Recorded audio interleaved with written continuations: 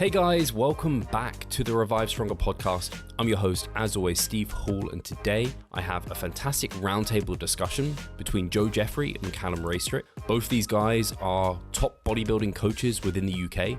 They have many IFBB pro cards to their names in terms of clients that they've helped go pro, and even pro wins, and they're making their clients better overall. And I thought they would be excellent individuals to inquire about how do these pros train, what is their nutrition like, what are they doing that sets them apart from everyone else?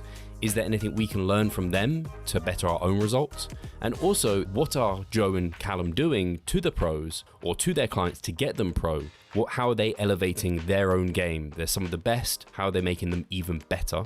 And how can we learn as maybe evidence-based practitioners from the best? Success leaves clues, of course, but also what are they using from the evidence to help make their pros even better? I just thought this was a fantastic, well-rounded discussion where we really got into the depth of this question, because a lot of people make claims about how the pros do things and therefore how maybe we should do everything. And really, we distill that question and get to a greater understanding of that topic and the practical take-homes for you, the trainers, the coaches, the listeners. As a reminder, guys, this podcast only grows by your recommendation, by your likes, by your reviews and comments and shares. So please make sure to share it and do all that good stuff so the podcast can reach as many ears as possible and it can be as big and as popular as possible. We appreciate it big time, each and every one of you. Thank you every time you do that. If it's sharing over on Instagram, definitely tag us. I reply to every individual that does that. I appreciate every single one of you. So thank you once again. But without further ado, let's get into the fantastic discussion with the guys.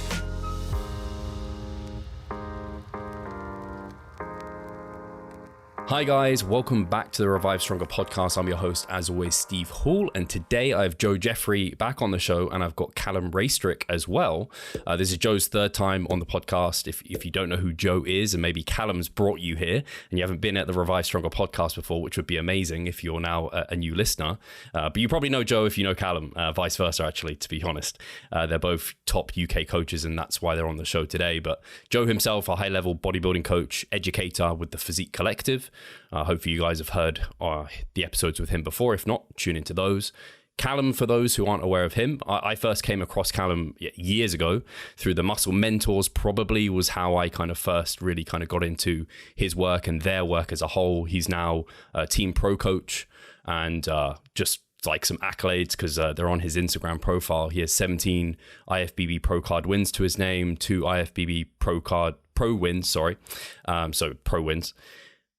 347 top threes, 178 firsts, 49 overall wins. So just like huge numbers. Like that's a huge number of just clients in general to have worked with, let alone kind of having top accolades as well. And I know Joe equally has had some really, really great results with his clients, which is why I have them on today.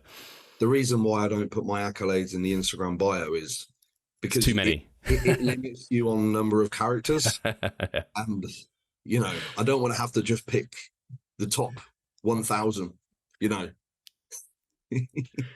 It's totally fair enough. It's the same for me, Joe. So yeah.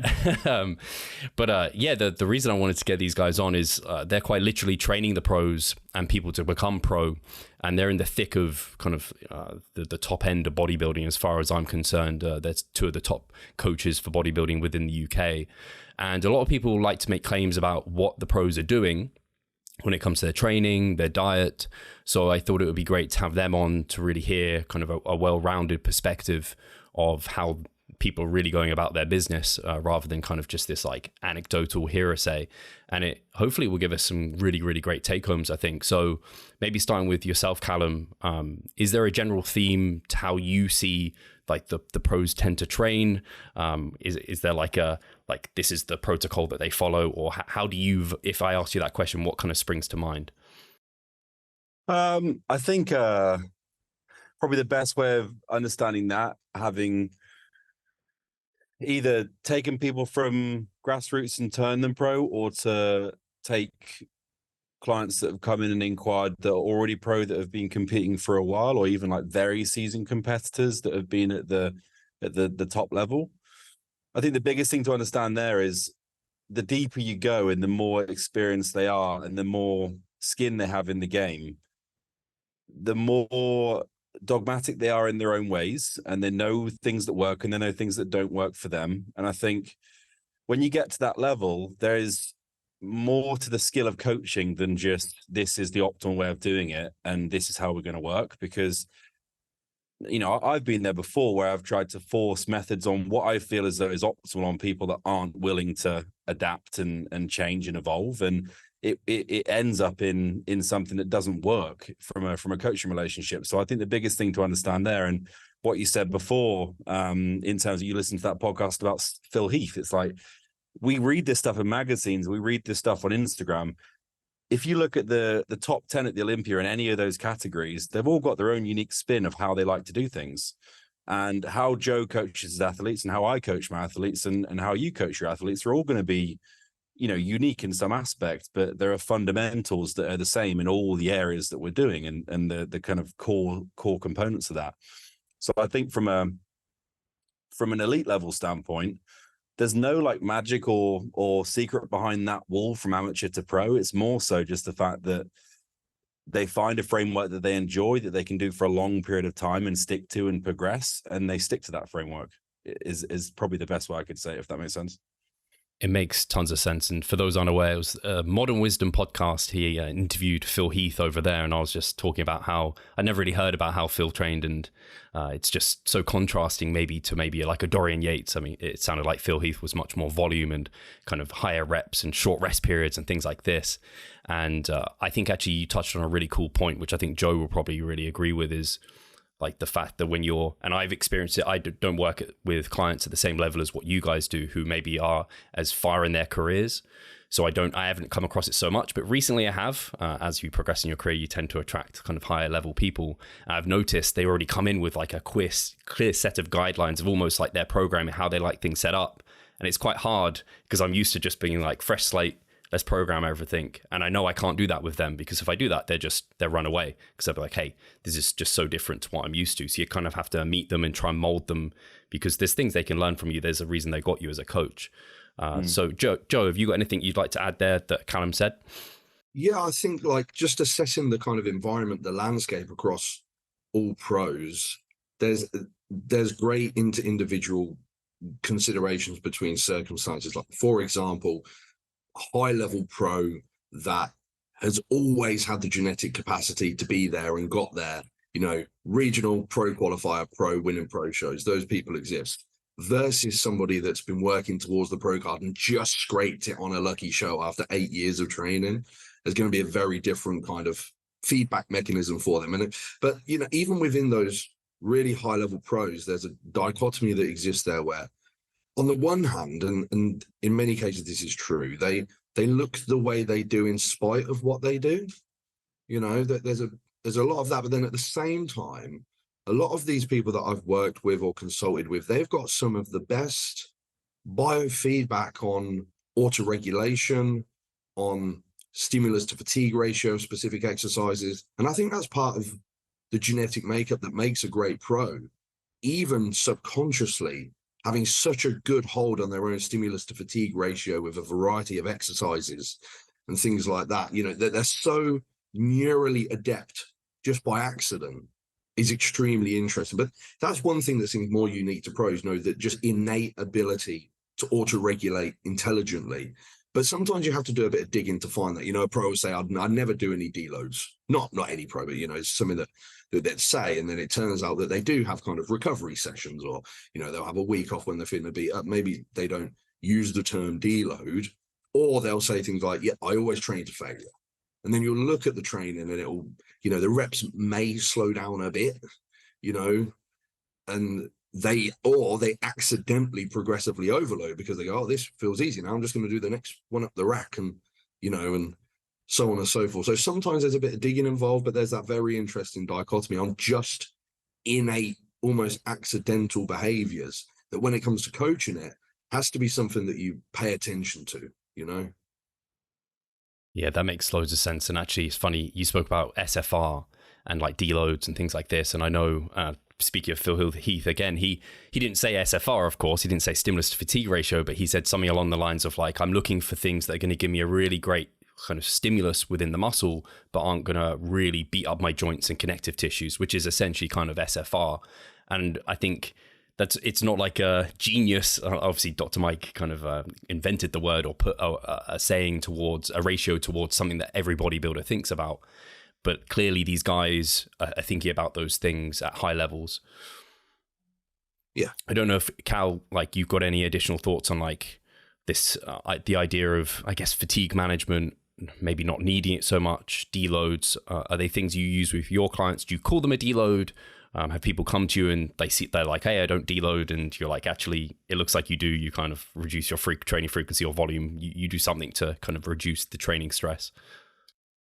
Yeah, I whatever you want to package that up with in terms of terminology, I think the underlying thing for me is just taking it as we move, and I'll map out a time frame that we're working with. I'll map out a timeline for whether it's an off season or a prep, and then the communication that we have on a week-to-week basis will kind of govern, as Joe said, an auto-regulative way of pulling back based on feedback each week. And if I feel as though in a certain time within that timeline that things are slowing down in terms of response, or we're seeing feedback where the body is starting to overreach or pull back a little bit in terms of recovery, then we can just action those things ahead. And 9 times out of 10 for people that will come through, it will be, depending on where they are within a given process and the proximity to, say, the end of an off season or a contest prep or even stage.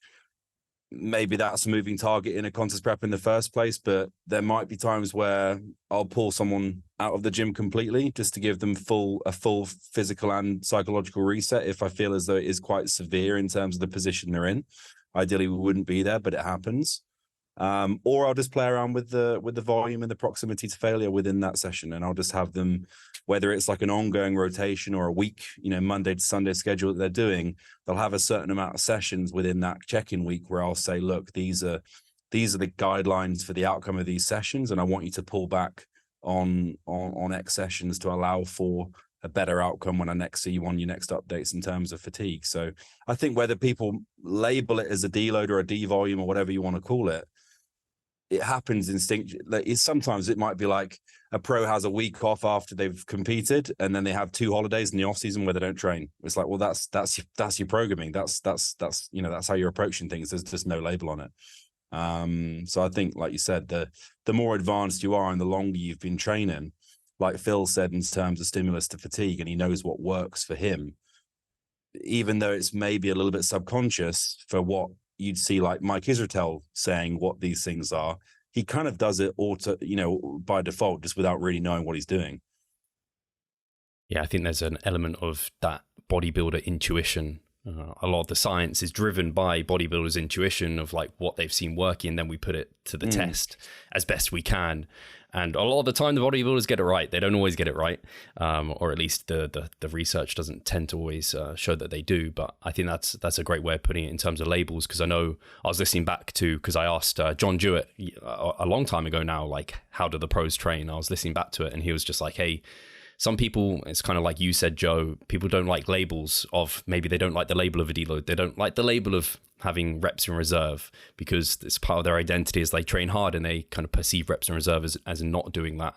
And it's kind of hard when people are like that, because then it's like, hey, so what term can I give you here? And I know, Joe, you've probably had a lot of experience kind of educating your clients and getting them to accept that, hey, ultimately what I'm doing as your coach is trying to get you to be your biggest and best self. Everything programmed here is that. I'm not trying to like make you pull back and become worse. Yeah, and I think what's been really interesting as I've coached more pros and consulted with more pros is when people do have a label that they enjoy, like demographically, this is quite suitable. In the UK, a lot of pro bodybuilders like to use the phrase like low volume or high intensity, whereas more US-based pros might have erred in the tradition of, well, I train with high volume. And then when you get the programming through that they're doing, it's unbelievably similar. And again, somewhat nailing the mid-range of what we now understand to be like evidence-based recommendations.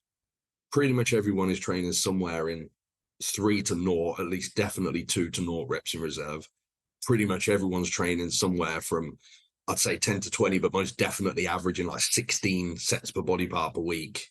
And everyone eventually takes a deload because you plan it or you'll be deloaded by some other virtue, and you look at it and go, it's all pretty similar. But that comes back to the expectations as well. I think, and I don't want to speak for all in the evidence-based crowd, but I think they might look at pros train and think, oh, imagine if they did this, or, if they did, like, how much better would they be? But realistically, and again, I'm talking about when I'm using the term pros here, I'm talking about like super genetically gifted athletes, because there's all kind of pros now. Not to say there's bad pros or something like this, but if we're talking about Olympia caliber, just by kind of doing anything, looking at a dumbbell, you turn it like to 9 out of 10, and then this kind of process of refinement to a very low magnitude seems to occur, like what's happened to Nick Walker, for example, over the last year. He never tracked his training or anything like that, but now he's training extremely diligently, and he hasn't added like 60 pounds of muscle or something like that, but he's improved that slight magnitude. But that is what makes the difference at the pro level. When you stood up with guys that are also incredibly blessed to their response to everything, every vector that we control in bodybuilding, that slight tweak does make a difference. But again, with the caveat, those evidence-based principles don't always anecdotally apply to somebody with that much tissue or experience. Yeah, it's kind of similar to what you're saying in that, like, can grow despite what they're doing, and maybe there's some sprinkles here from the evidence-based area that can help enhance some of those results or enhance longevity. Maybe they won't be as beat up once they've kind of retired or what have you. Maybe that will help. Calum, with your guys, is there anything, you mentioned obviously you have to kind of meet them where they're at in terms of their approach. Is there anything you generally try and tweak to get a little bit more out of someone's training? Yeah, so like first things first, I think regardless of the programming in terms of how they're packaging that up, the biggest thing when people are a little bit set in their ways in terms of their approach, I think if they're a massively, like, the reason why they've come to you is to get better. So if there's an off-season phase or a contest prep, let's break that down in terms of what's actually happening front to back, side to side in terms of the actual physique. And 9 times out of 10, you can see the weaknesses in their shots and how they're losing on stage relative to how they're setting up their training or how they're approaching their training in the first place. And that might just be as simple as we're not biasing enough workload or volume on X amount of tissues because they're just doing like a 1 day a week bro split for the last 5 years, but they've got huge arms and they've got very poor legs and they're only training the legs once a week with a too little amount of volume in terms of total exposure there. 9 times out of 10, I think a bodybuilder gets better when they start placing more focus on how they're training as opposed to how they're setting up their training in the first place. And I think the more advanced you get, it's quite shocking how poor that level of execution in terms of quality is in some cases in terms of how they're actually approaching each set in the first place. Because like Joe said, some people in those situations, you could look at a weight and you'll grow. And because they've done that from an amateur, they've never really changed what they've been doing in the gym because it's always worked. But you are going to get to a point where you've turned pro and now you're trying to win a pro show, or now you're trying to qualify for the Olympia, or now you're trying to get first call out of the Olympia or even the second call out of the Olympia. You're in a position where those 1% really, really do count. And at that point, the biggest thing for me before I even look at the programming in terms of how they're setting things up and getting funky with that is just how they're actually approaching each rep and each set in the gym. Because 9 times out of 10, if there is a glaring weakness there, if you take them through a workout and you just watch them train, you can pretty much immediately say, right, well, that needs to change, this needs to tweak, that needs to change, you need to slow that down, you need to, and that is where I'd start, if that makes sense. It is a little bit harder when it's online, but you can still get video analysis, or people will travel to you and train, local to you, and you can get hands on. And then once that's nailed, then we can kind of build and mold everything else around it. It's kind of setting that foundation of execution technique so that they are getting more from the movements they're doing, or even, I guess, introducing movements that they haven't done before to target areas or musculature that they haven't been nailing before.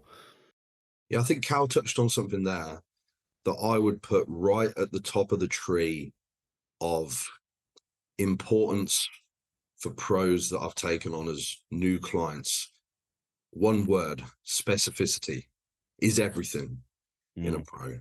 And there's some interesting kind of roads of discussion you can go down on this one. I mean, firstly, the importance of specificity as such. Let's say in an open bodybuilder, their focus has just been on systemically growing in 90 to 95% of cases. Now we might need some specific refinement. Yes, it might take away your growth potential from elsewhere, but you'll be improving the stage physique. Where this really, really is important is classic competitors working into a cap. You know, how can we hit the cap with the physique that most closely fits the criteria? That's heavy specificity. And that may and has in my coaching involved losing size purposely off of some places. I've had clients that have trained below maintenance volume on the quads, for example, with specificity on the delts or the clavicular pec or the lats or something like that, because we've only got this much space, you know. And the interesting road to travel, I think you like this one, Steve, is when you look at two things. So the inter-individual relationship between volume per body part that is stimulative. Like I've had quite a few guys that will have excellent responses to quite low volumes through the quads or something like this. Let's say they train everything with 8 sets per body part per week.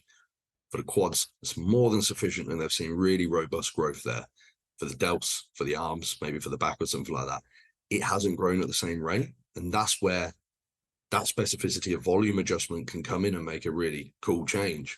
And even outside of the inter-individual response to volume, as Cal said, when you look at the execution, some things I've noticed, and this is the part that I think you'll like, Steve, is where a lot of these guys accidentally train in deep lengthen ranges for body parts. Like the back is the most obvious one. You know, when I watch some of these guys that have crazy back, not a pro, but immediately comes to mind, Nath Heckles. He doesn't specifically train with length and partials or something like this, but ever watch him train his back, it's like spinal flexion, the nastiest stretch you can get. And he probably does about 40 to 50% range of motion, by far his strongest body part. Other body parts weren't the same. You know, so like, now I see where this has come from. You know, you're accessing the most hypertrophic part of the range there just by feel, but that's correct. But now we need to apply those principles elsewhere. Yeah, I think that makes a lot of sense. And I think that's probably where you can see the research being complementary to maybe some of what the pros are already doing, where it's like, hey, the length and range is clearly very hypertrophic. If you aren't like using that, like this guy's doing that, but maybe you're strictly doing pull downs all the way to your chest every time, and you're just doing dumbbell lateral raises. It's like, hey, there's some improvements you can make here that we can learn from some of this research that's coming out, and we can, again, have those sprinkles which make you even better.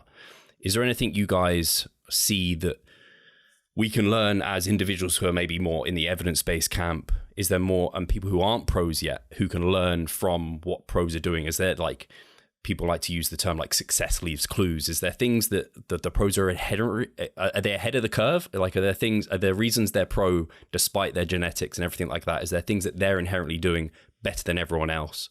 Is there things that we can learn there, and what might those be? Don't know who wants to head that first. Joe, you got something? I'm happy to go. Yeah, I don't want to talk over you, Cal. No, go for it, Matt. At the risk of creating a dogmatic stereotype for both evidence-based, you know, I don't want to sit here and paint evidence-based individuals to be like dweebs, like Pee Wee Herman, mum's basement reading PubMed. At the same time, I don't want to paint every pro to be this like ultimate wizard of muscle that's 400 pounds or something, you know. But there are still some of the stereotypes that exist, like effort is a big one, you know, and I don't think this happens frequently. But if you are falling into the trap of, okay, I know that 4 reps in reserve, maybe 3 reps in reserve by the literature offers a potent hypertrophy response, but you've never trained to failure in your life, and you're actually accidentally going to like 6 or 7 reps in reserve. I'm not saying it's a common occurrence, but it could happen. You know, if you never take any of your mesocycle to 0 RR, in fact, as an interjection, I find amongst like pro bodybuilder types, meathead types, and I'll put myself in that category, I'm still a meathead at heart. The big like argument against like reps in reserve is rubbish, is the misunderstanding that people that use reps in reserve would never train to failure, whereas all of my clients will spend, you know, at least a quarter of their mesocycle training to volitional failure, 0 RR.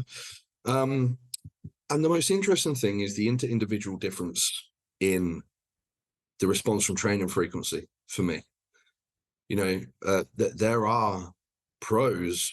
I know these people that will train with a bro split with moderate per session volumes and have stimulus proxy data that indicates adaptation until the next time they train it, a week later. Those people do exist. So it's not like, right, for every man, woman, and child and their pets, 2 to 3 times a week for everything, 4 times a week for the delts.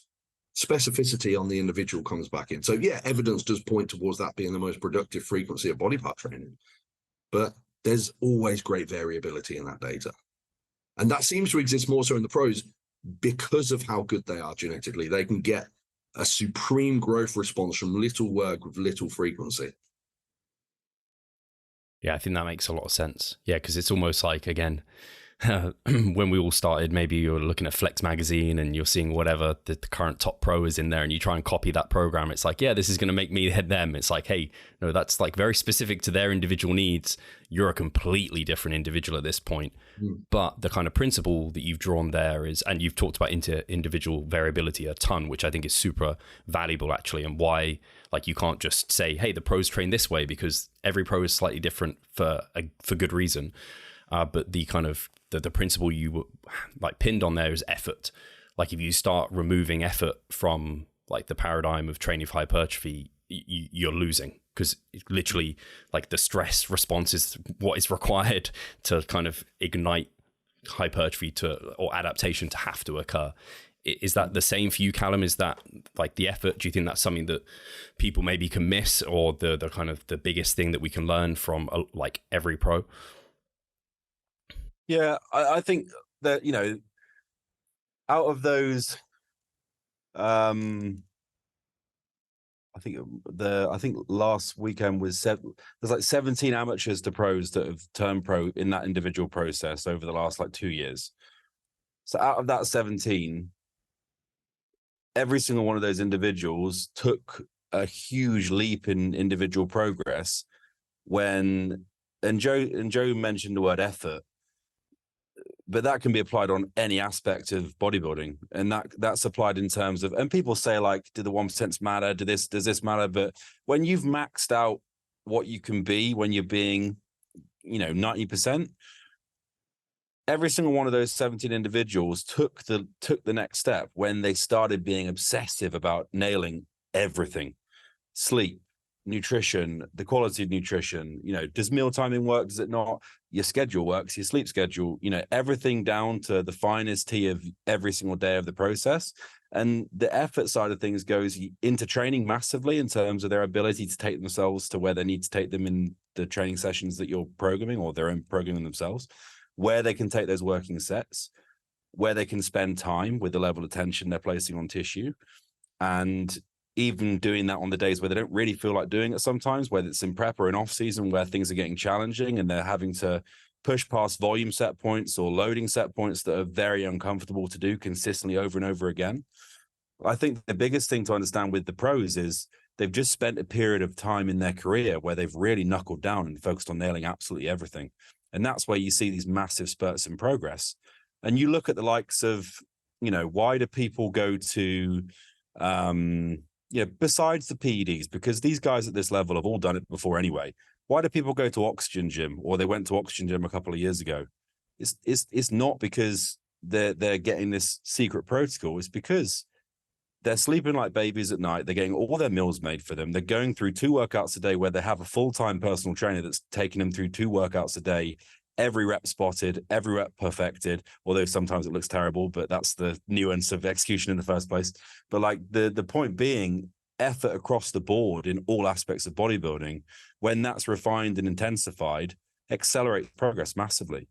And the irony is, for these people that excel and turn pro and qualify for the Olympia, the points in their career where they excel the most are just simply the points in their career where they knuckled down and just focus on not missing any aspect of the process.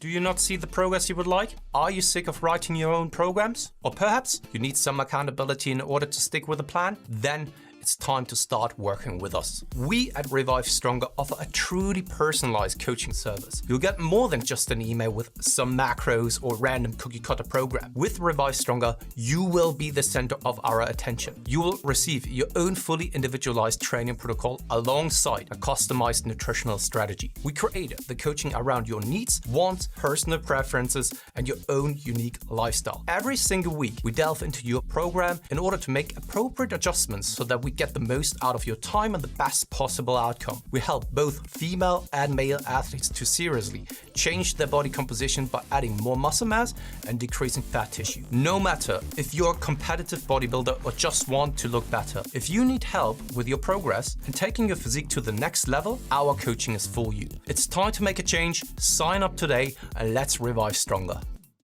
Yeah, I love that. And I love kind of, it's not just effort within training, it's effort within the diet, within the recovery, within every aspect that they can nail. They're being like a professional ahead of time almost. It's like if you want to grow your business, like we're all have our own businesses, that when they flourish the most, it's probably when you've nailed everything, you're consistent. If you want your Instagram page to grow, you can't like just like post willy-nilly every now and then. But if you have like, I don't know, a growth strategy, not to say I have that, and I don't know if you guys have that, but I doubt you do. But if we did, maybe it would like see a spurt of growth, because now it's like, hey, specificity towards what would allow this page to grow the best. And I love that. And I think that is something that is often missed. People are looking for a silver bullet. It's like, hey, what are the pros doing? What are the secrets that they have that I don't have? It's like, hey, there isn't necessarily something specific. It's just everything. They're just nailing everything more consistently for longer than you are. At least that's my take home from what you're kind of saying there. And I think that's where people can get lost. Sorry, Steve, I don't mean to. No, it's all right. If I could just interject a useful point here as well. So when pros make their best progress, like Cal said, is when effort and adherence to every vector that improves physique development is at 100%. But that's within the realms of the amount that they need to do to get maximum outcomes from every one of these vectors. And as we know across the board, calorie surplus or training volume or proximity to failure or total drug load that they're taking, there's an inverted U response. And that is going to be so variable between individuals. So it might not have great utility for somebody watching this to say, okay, I need to be 100% effort and adherence to as much as I can do, or the pro is doing more than me. And the easy argument is the drug thing. And I hate to be that guy, because I like to be honest and realistic with this stuff. That's the whole of what Physique Collective is. But, you know, you might need 2,000 milligrams, 3,000 milligrams of androgens to get what the pro gets off 200. Legitimately, the response is that variable. And that's, you know, shown in the basin data, the famous study up to 600 milligram exposure. If you look at some of the graphics, the figures on there, God, the range is hilarious. I mean, there was even a guy on the 600 milligram group that didn't grow, you know, so that was me. And it's the same with training volume. You know, I've got clients legit, one set of quads twice a week, overlapping saunas, crazy pump. We can't get over that. They'd overreach on that. You know, you, Steve, I know you work hard on your quads. What do you get up to? 14, 16 sets a week by the end of a meso, something like that? Yeah, it can happen. 3 times a week training them. Exactly. So it's 100% effort and adherence to what you can measurably maximize progression at, but you also can't live there.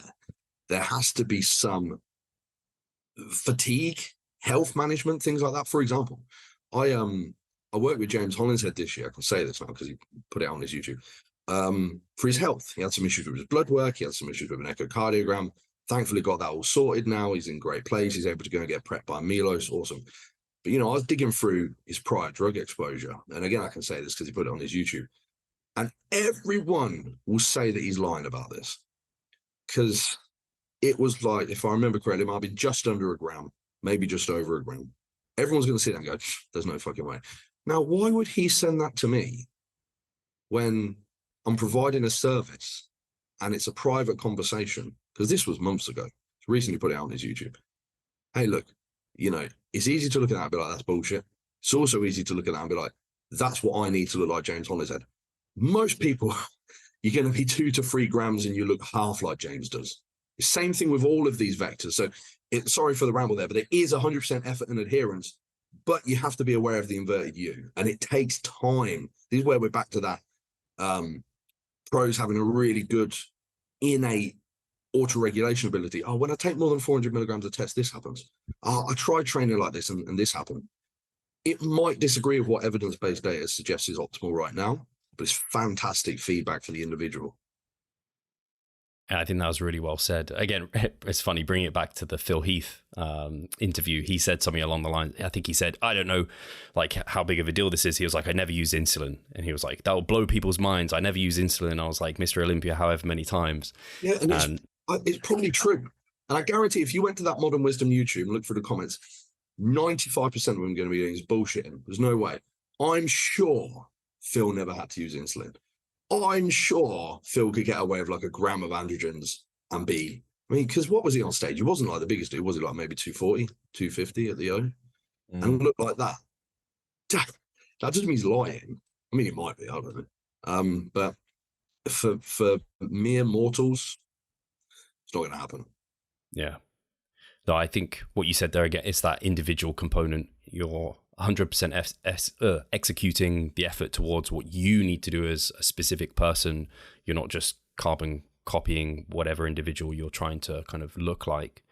And yeah, something I was thinking within that, Calum, that you described is, do you ever see people who they have this kind of, maybe they've listened to this podcast or they're aware of you and kind of the information you put out, and they know they need to put in effort. Do you ever have to draw people back ever because they are like their own worst enemy, or they're doing things that are, you talked about 1%. Is there ever a time where people are like trying to like tick off every box there possibly ever could be, and you're like, hey, actually we need, like, you'll get more from actually doing less almost here, or you need to like pull back?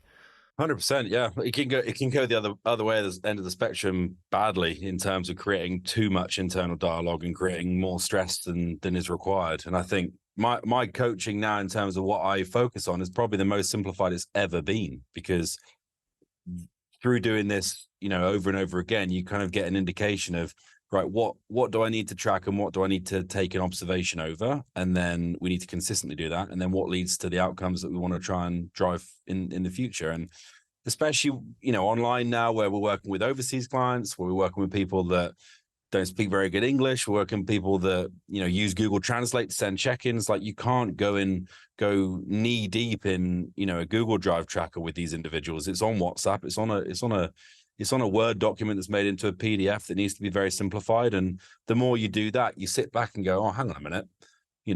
This guy's turned pro on a diet plan that's not counted in a single macro. It's just adjusting food up and down, and it's adjusting output up and down.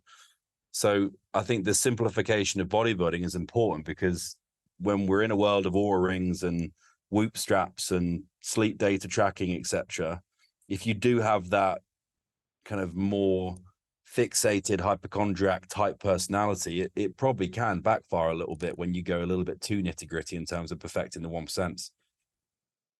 Have you seen the same with that, Joe?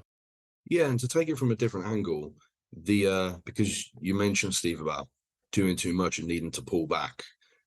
The more pros that I've worked with, and especially the more muscular or the more experienced the pro, the more of a role fatigue management plays, if not the most important role, especially in a prep. As an evidence-based practitioner, you can't read through the literature on refeeds, for example, and apply that to a super heavyweight bodybuilder. We could sit and say, the metabolic benefit isn't great, which is true, especially in enhanced individuals that are supporting their thyroidal axes and things like that. But man, if you've ever prepped a super heavyweight and you've seen how quick they can get flat and what happens to the look and how long it takes to fix that, you can't, you learn it, or how much they need to refeed, in grams per kilogram of carbohydrate for how long, what effect that has on the physique.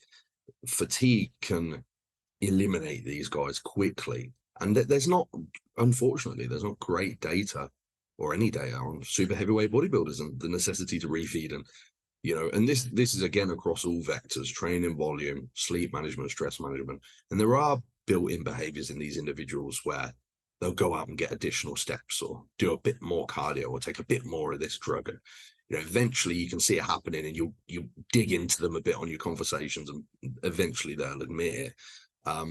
But fatigue management, for sure, more so than any other clients that I've worked with pros, that's the focal point that needs very careful management. And it's highly auto-regulatory as well. We can't say we're going to do a 10-day deficit, 2-day refeed or something like this. It has to be consistent analysis. Are you assessing that via biofeedback and photos mostly? When Yes, you're this kind is of doing where it can get a little bit esoteric, and I almost feel like a fraud saying things like this, but it is a look-based input for the most part. And if you've looked at the client for long enough, you can really see, and it can be displayed in weight trend, of course, if the rate of loss just starts going crazy over 1%, especially over 2% per week or something like that. If training performance is diving off a cliff, yes, certainly. But a lot of these guys are mentally resilient enough to get in the gym and progress anyway. They can generate that sympathetic drive that it doesn't matter what the fuck's going on. They're progressing anyway. You know, things like this. Or they'll edge the conversation towards lots of weight off equals good.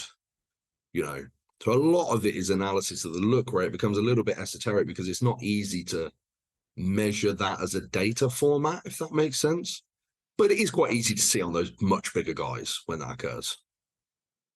Yeah, it sounds like, because I guess for a lot of these guys to get to the point where they've got to with their physiques, like effort has to be there. They have to be willing to push themselves harder than a lot of other people might, because they're creating that stress to cause the adaptation to grow and keep doing that. But it's like the thing that maybe levels them up that you guys are kind of touching upon. I guess the execution is part of this too, is almost that just refinement, that slight pulling back, that fatigue management role, because they can push themselves to no end. It's like, hey, but you can push yourself into a hole and then the physique isn't going to be looking its best. So it's that's where you guys, it sounds like, are coming in and being able to make them better. They can get really good with just great effort, but if they want that next level, they need to be able to know when to pull back, when to push forward. Would that be fair? Mm. There's probably two situations that you'll see in this situation, in that realm, where you're going to have the individual that comes to you that, and taking into consideration the pharmaceutical side of things, you can have the individual that comes to you that's nailed absolutely everything. They're shit hot on their recovery, they're shit hot on their nutrition, their sleep, the training, their programming solid. You're reading a consult form, you're being like, this guy's got it sorted. He just needs an objective eye that guides him, and he can take stress off himself. And that individual, 9 times out of 10, is for them to get to the next level, their drug use hasn't been sufficient for them to make the progress they need to make. And they've got everything else under wraps, and they just need to be a little bit more aggressive and have a little bit more of a skewed risk to reward balance in terms of what they're doing with application there for that period of time. And you're going to have the other end of the spectrum that is the overuser, where you look at their milligram per week on a consult form and you look at their physique and you're like, how does that even add up? And that's the individual where there are loads of weaknesses and flaws in what they're doing day to day. And I think the coach's role is to, for the first camp, guide that individual in a effective and in a as safe as can be, an aware manner to the goal, whilst escalating things in an appropriate manner across that timeline. And then in the second example, it's stripping everything back to almost find that set point of what do we actually need to make progress, and then fixing those holes and weaknesses that were the first thing in the first place that were denting their ability to move their physique forwards. Yeah, that's actually a question I had in terms of like how many are relying on drugs despite their like training and nutrition, like who aren't maximizing those inputs. And so that's great that you've kind of touched on that, in that you do have those people who are abusing maybe one side of the equation and they haven't got the other side sorted. And when I'm thinking about naturals, the only thing that you can do there is like the person with holes, yeah, you can amend those and then they see better progress. But the other person who has everything right, it's just like the thing I always come back to is just time. Like that's the only thing a natural has. They just have to keep putting in that work over time, and eventually like it will just accumulate, and it's just like watching paint dry. I think you had something there to say, didn't you, Joe? I think maybe also, and this is a real serious consideration for maybe new pros or lower level pros, you do also have those people that get in touch with you that are nailing absolutely everything, and they're taking pretty high milligrams of anabolics, and considering, or growth hormones, or whatever it may be, and considering into individual response, right? They have some skews on their blood work that isn't good, or their echocardiogram isn't trending well. You know, they've got X reduction on ejection fraction each year or something like that. And you look and you go, there isn't anywhere to go. And at that point, I think you're probably cooked and you need to exit the sport or be happy with just where you are. Those people exist. Another thing I would say is, because you mentioned there's people that are like, relying on the drugs. I would say that's true in technicality, but not knowingly. I've never met a pro that says, yeah, I'll just take as much gear as possible. And I don't really care about my diet and training. I just, these people don't have this mindset, not at least what I've experienced. They might not be nailing what we consider to be optimal training or something like that, but they think it is, Yeah, I think that's fair. I think that's actually fair for training as a whole. Like, no one who wants to be the best bodybuilder they can be, like whatever methodology you have, no one's like the evidence-based guys are looking at someone who's like, don't know, this pro bodybuilding, be like, oh, he could do all these things better, he'd be so much better, and it's all ego that he's doing. It's like, I don't know if it is all ego, if actually part of them thinks everything they're doing is the most optimal way to grow, or it's what they've always done. And likewise, the guys leaving reps in reserve, they're not like trying to make it easy for themselves. They are trying to modulate fatigue and kind of escalate things in a more periodized way, maybe to grow the best that they can. Like, everyone's in here for the same reason, for the same outcome. And like you said, Joe, ultimately, when you actually zoom out, it's all very, very similar. Like, even if you're saying high volume, low volume, high intensity, like reps in reserve, it ends up, when you zoom out, being pretty similar. At least that's what I've got from this discussion from you guys. I would say that's correct. Yeah, there's only fine nuanced details normally. In fact, you know what? One thing I would say, in my experience, again, anyone listening to this, I'm only basing this on my personal experience with pros. One thing that they don't do that have benefited my clients or pros that train with my clients, things like that, greatly, is structured periodization across a whole year, across a whole macro cycle. The periodization for a pro kind of traditionally ends at, well, I do an off season and then I do a prep.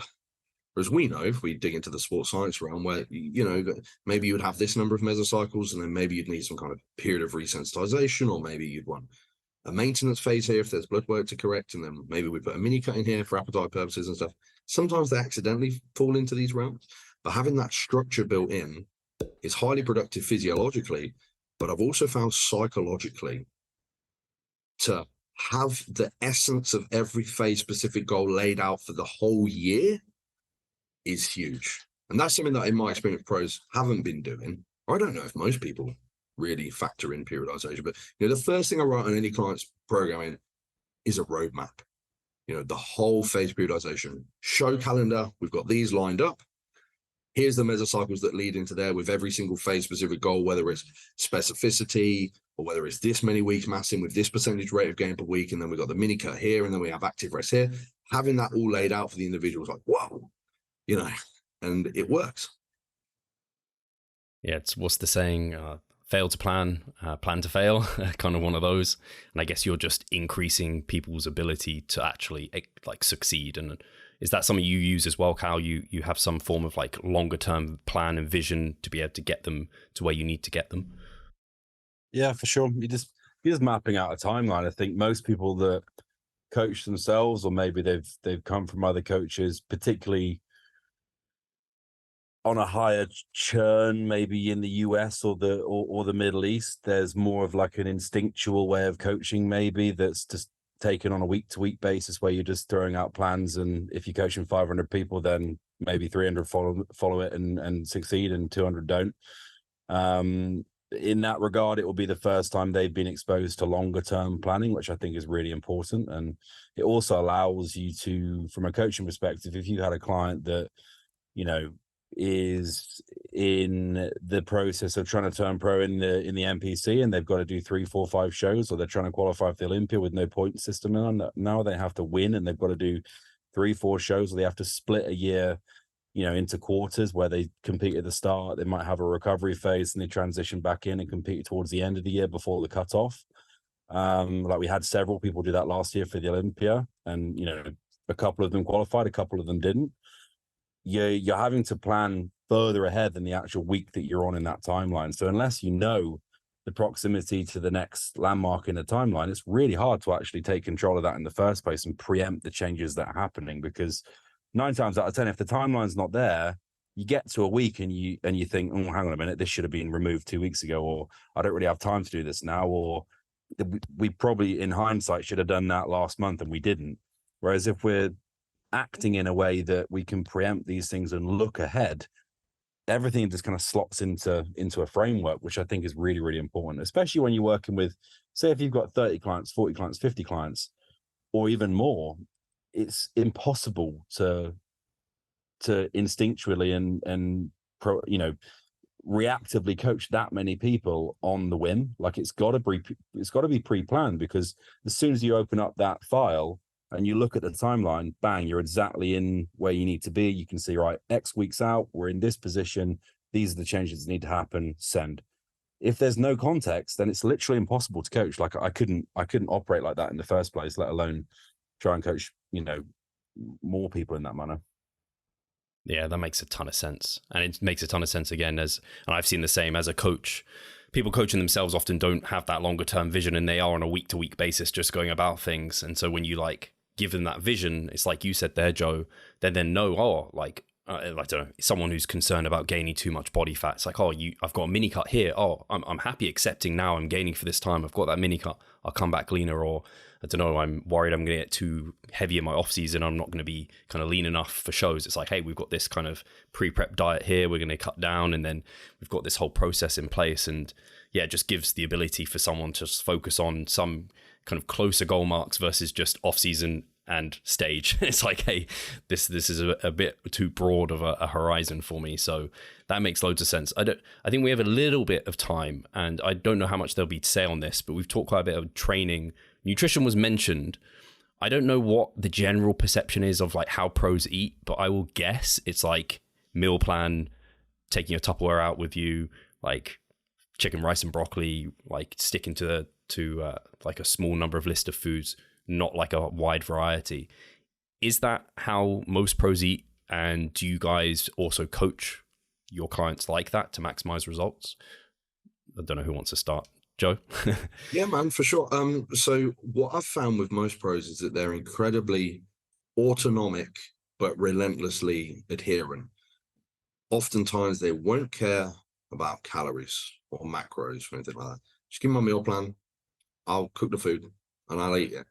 And on assessment, when you look at the foods, I think things have changed more so over the last 5 years or so. And again, it's somewhat demographic. You do see a little bit more variability. It might be little subtle things like, more people are having cereal post-workout, whereas that would have been a cardinal sin not very long ago. Or, maybe we have a cookie pre-workout or something, whereas if you're Dave Bolchinella and the 6 foods that work or whatever it is, he wouldn't be very happy with you for doing that, if anybody knows that reference. So you do see it a little bit, but where the greatest disparity is, and this is especially pertinent to PED users, is one of your primary deleterious health costs as a PED user is oxidative stress.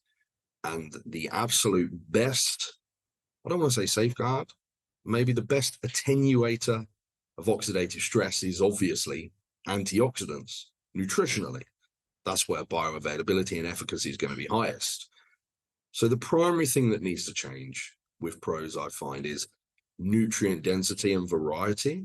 So getting their fruit, vegetable, protein source selection escalated above what they're currently doing. But you know what? It's so easy with these guys. It would never be, I don't want to eat that. You put it all on the meal plan. It's like, no problem. See you next week. And it just gets done. But that would be the primary thing I would say.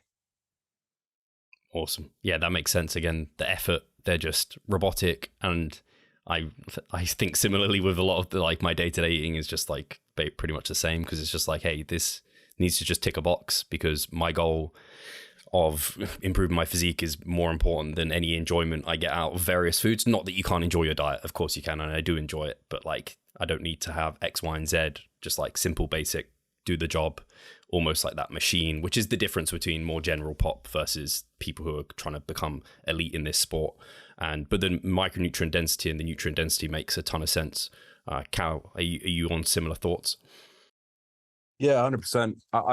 I see this particularly more so in the US as well, where it's like a greens shake and then like very small servings of veg across the day, or if any, and it's just like a protein sauce and a potato sauce or a rice sauce or a cream of rice sauce for carbohydrate. And I think, like Joe said, the because I've followed a Joe Jeffery diet before, and I know there is some volume there in terms of color and variety. And if you applied that to the general populace of the IFBB or MPC, even in general, it's going to be very different to a lot of people's diets there. And I think Joe's right in saying color and variety is something that, you know, I've had it before where people have sent me their consultations of their diets, and I'll send them back an initial plan. They'll be like, oh, love the variety, man. I've never had this kind of stuff before. I've never had these fruits before. I've never had that amount of variety of free reign over vegetables or whatever it might be, because it's just not a thing. Like, it's just whatever they got in the past was just simplicity. And the whole notion of simple works is like, yeah, it's good, but there's a difference between simplifying things and not getting the most out of something. And I think the fruit and veggie side is definitely a good argument there. Instead of just relying on the multivitamin or the greens formula, it's something that we can ingrain in the diet, and it makes the process more enjoyable. Like, if you can have color and variety and flavor there instead of a bowl of oats with some egg whites, you're probably going to enjoy prep a little bit more as well. Yeah, I think that makes tons of sense. Sorry, Joe, go on. As well. Sorry, Steve. I keep talking over you in this podcast, man. I'm going to put it down to internet lag. Anybody listening, I promise I'm not rude. Another thing worth mentioning is when you are dealing with really muscular guys with high calorie intakes, like I mentioned, James, like we pulled like 15 pounds of body weight off him this year. And I don't think he got under 6,000 calories, man. That's a deficit for him. It might have been like 5,700 something for a big push at the end prior to his surgery or something like that, you know. So they're eating a lot of food, and then you can't give these people kilos of non-starchy vegetables, and you can't give these guys really strict nutrient timing inputs. That kind of goes out the window. You know, you're going to eat all your carbohydrates intra and post-workout. It's impossible.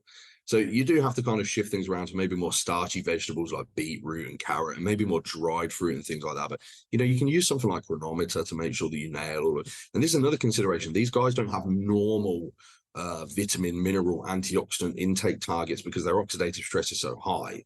Yes, they do have supplementary inputs, you know, but dietarily we want to take care of it primarily. So you have to get a little bit creative with your food sources to be able to nail those escalated requirements on somebody that's pushing that much food volume through them. On the flip side to that, a lot of guys don't realize when you look at the total amount of fiber. I've got clients that are eating 120, 140 gram fiber a day, no problem. One, it's an adaptive system, as you know, Steve. You know, over time you can titrate up to that. But also, a lot of these guys don't realize what correct soluble and insoluble fiber intake is going to do to like gastric transit rate, for example. You know, if anything, digestion improves off the bat, which is everything for these guys. Your ability to digest the food volume is everything. And it seems counterintuitive. And I mean, a lot of these guys are going to be using basal insulins, rapid acting insulin analogs, so on and so forth, which assist in the process. But even so, there's a consideration that might not fit into a normal structure. Yeah, no, that makes so much sense. I feel bad ever complaining about having to push 4,000 calories on a mass when you know these guys. I can't even imagine it. It's absolutely mad. But yeah, I've had to pull out those tricks and like the fruit juices, the smoothies, the like soups of blended vegetables, because like you said, those become still important. You can't just drop those because well-being will drop off, digestion will drop off, like you said, health just won't be in a good place. And guys, I know we're on a bit of a time limit here, and I just want to say a massive thank you. I think we actually covered this topic really nicely in a fairly short period of time, and of course there's loads of like rabbit holes and things we could dig down, but yeah, I think you guys did a fantastic job of basically laying the land of, hey, what are the guys at the top of the game doing? How can even people who want to go there and maximize their results, what can they do to improve what they're already doing? And maybe there's some people listening who are already doing everything they need to, and it's more time, or they need to talk to one of you guys about drug modulation or some considerations in that regard. So thank you both for coming on. It's been a great chat. Cal, first of all, if people want to reach you and follow your work, where should they head? Romania at the moment, mate. Yes, of course. No, just type in Team Pro Coach on Instagram or www.teamprocoach.com, or just Pro Coach in YouTube or Google, wherever you want to do it. That just comes up with our team, and you can find us there. Awesome. I'll make sure that's linked below, and we'll have to do a solo one at some point as well. And for yourself, Joe, people probably already know, but give a shout. Yes, so if you guys want to find me on Instagram, it's at Joe_Physique Collective. just going to briefly, shamelessly plug my app, where all of my educational content is at, and all of my team's educational content is at. It's only £9.99 a month, guys. And we've just got over like 250 hours of content or something on there. I've got over 2,000 replies on the Ask Joe Anything thread. So you can spend days digging through my responses to questions on there. I've got a research review thread. It's got tons of literature on there across everything that we've spoken about today. And actually tomorrow, but when you guys listen to this, it will already be released. I'm launching my first ever ebook that I've ever written, and it's about clenbuterol. This is a drug that we use in bodybuilding, primarily with the goal of lipolysis, but it does a lot of other cool stuff as well that I've written about in the ebook. And that's only $19.99. It's everything you could ever want or need to know about clenbuterol, broken down in real simple, easy to understand steps. So that's at physiquecollective.com if anybody wants to get their hands on that. Awesome. Thank you much. Thank you so much, guys. Thank you guys for listening, and we'll catch you soon. Take care. Thank you, Steve. Peace.